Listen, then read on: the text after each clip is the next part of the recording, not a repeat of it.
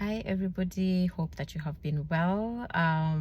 So today I would like to share from the book of Luke chapter 1. It is a chapter that blessed my heart, and I wanted to share it. So it's the story of Zechariah when Angel Gabriel came to tell him that he was going to have a son, that is John. And Zechariah was in the temple. He was doing his priestly duties. They were devout Christians, and he was burning incense at the altar when Angel Gabriel appeared to him and told him, "You're going to have a son. He will be great. He will bring people back to God. He's going to make the way for Jesus." And so Zechariah responds by saying, "How is this going to happen? Like, I'm old, and Elizabeth, my wife, is also old. How will this come to pass?"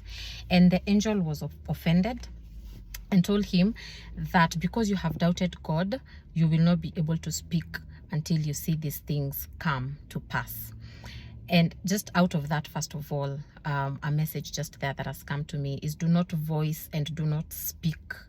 Do not voice out the things that you do not believe in. It's one thing for something to come as a thought. It's another thing for you to speak it out. That was a side message to my message now. What puzzled me, and God put this in my spirit, is Angel Gabriel told Zechariah that God has heard your prayer. So this is something that Zechariah was actually praying for. He was praying for a child. He knew that him and the wife were old, but he was praying for a child.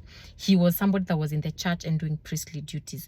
And so it called me to all of us Christians who we do what we're supposed to do. We pray, we go to church, we tithe, we may fast, but truly in the depths of our hearts and in our souls, we are not believing of the things that we are doing.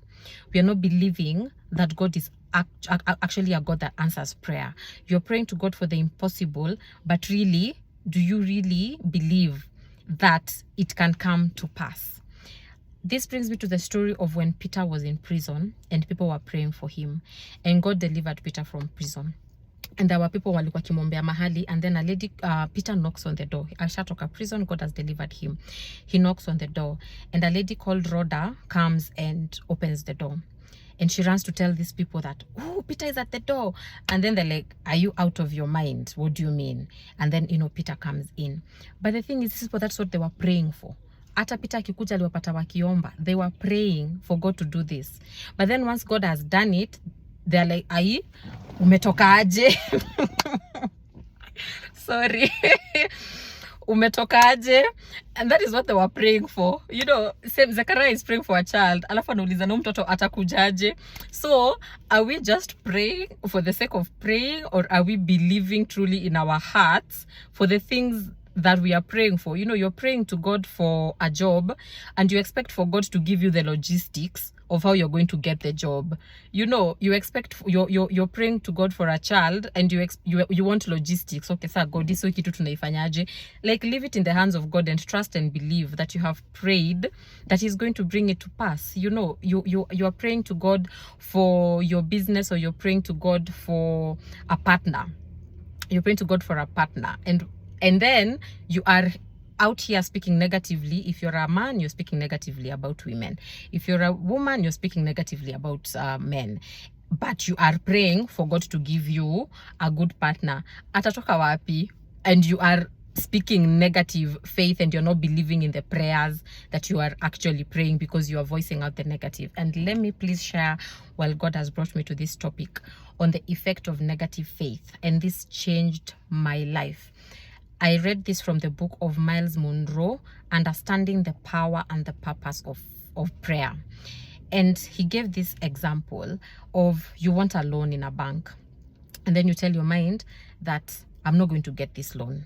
But then you say, let me just go, waninyime tu. Then you go and you don't get the loan. And then you're like, you see, I knew I was not going to get the loan. And so Myles Munroe says that God actually gave you what you asked for. You said you were not going to get the loan, so you didn't. And that's what you said. That is what you spoke. That is what your faith led you to. Because faith works just as powerfully positively as it works negatively. And so you have to work that faith muscle and learn how to work it positively while believing in what you are actually praying for. So let's not be like Zechariah. Let's not be like the people who are praying for Peter, praying empty prayers, spending your time even praying for hours, but in your heart of hearts not believing in the might and the power of God. Prayer will never help you if you don't believe in its power. We could pray all we want, but if we do not believe in the power of prayer, you will see no change in your life. There are Christians who don't believe prayer works. Like, even if I talk to people and sometimes I'll give them a solution and I'll ask them, have you prayed about it? And they won't feel like it's a solution. You know, they won't know, like, give me practical things to do. And I'm like, that's the practical thing to do. That's how you change your situations. You have marital issues, prayer is how you change. You have children issues, prayer is how you change. You have looking for a partner, prayer. Looking for a wife of a husband, or wanting to have a child, pray about it. You want a promotion at work, pray about it. I'm not saying don't work hard or don't do any of those things, but if you do not believe that prayer essentially, truly, completely works, look at how much Jesus prayed. Jesus prayed so much. Jesus was God. He is same as God. He did not have to pray, but because prayer is so powerful and Jesus knew the importance of it, the Bible records that he would wake up at saa 10 saa 9 asubuhi. Jesus is spending time in prayer and fasting because he understood the power of it. And so as Christians, if we are praying empty prayers like Zechariah, unaomba tu, unasema okay, wacha tu niombe mtoto, we see kama nitapata ama sitapata, you know, wacha tu niombe hii situation iende, we see. And we are not praying these prayers with power and with faith and with just the full capacity and force of heaven behind us. That when God says that, have I said it, will I not do it?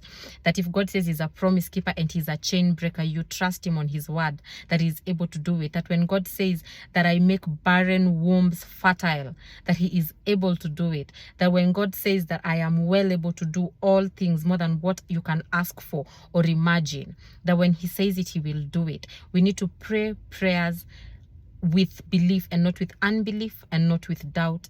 And we need to stop praying empty prayers in church. If we truly believe in the power of prayer, we are able to move mountains. Mountains will crumble. Things will shift.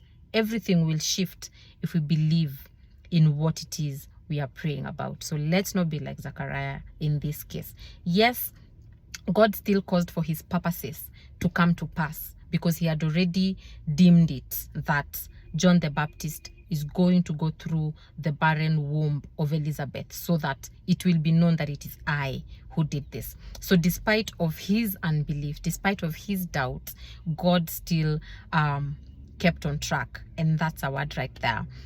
That don't ever think you're too far gone or you have messed things up so bad. You know, despite Zechariah messing things up by not believing God, yes, God gave him a punishment which he withdrew, but he still made sure that his purposes for Zechariah's life came to pass despite of his unbelief. So don't ever feel that, okay, Frida, you know, I've been messing up in the past, I've not been believing God, or I have not been having faith, or I have done this or that mistake. Is it over for me? It is never over for you until God says it's over. His grace knows no bounds.